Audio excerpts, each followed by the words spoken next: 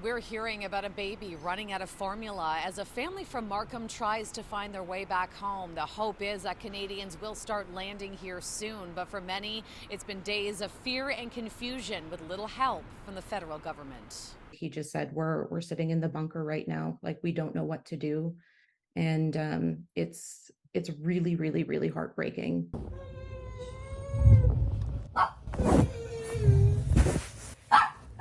A baby whimpers, a dog barks. Those are the sounds of a Markham family crammed into a pitch-black bomb shelter as missiles blast around them. Mohammed, Alyssa, and their 7-month-old daughter were visiting family in Eshkelon when Hamas attacked.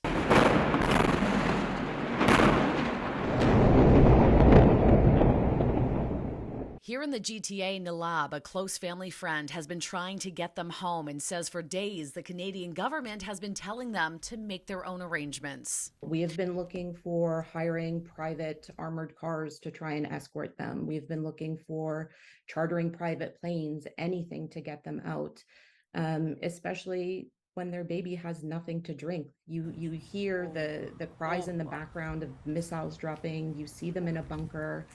And it's very hard to fathom that these are Canadian citizens that are on day 5 stranded. Commercial flights out of Tel Aviv are continuously delayed and canceled, and the lab says the biggest roadblock right now is getting to the airport safely.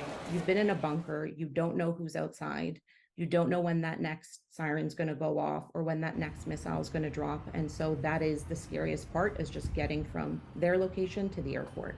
This Markham family registered with the federal government over the weekend, along with thousands of other Canadians stuck in the war zone, and says communication with Ottawa has been abysmal. Toronto resident Shauna Goodman is in a similar situation, stuck in Israel with her daughter and mother. What should the Canadian government be doing right now to get people out? Well, right now there's no plan. There was just an email.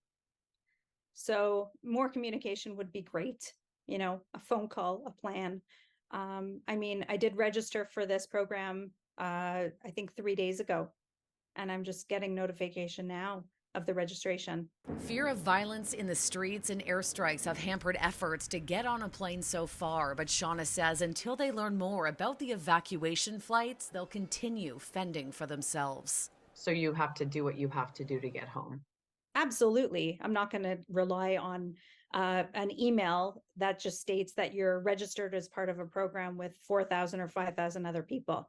So even with these evacuation flights set to begin in the next 24 hours or so, there is little faith that the federal government can pull this off. Those we've been talking to say by now there should be a solid plan in place. How are people getting to the airport? They also say there's such a lack of communication that the only responses they're getting back from the embassy and foreign affairs are auto replies. At Pearson Airport, Shauna Hunt, City News.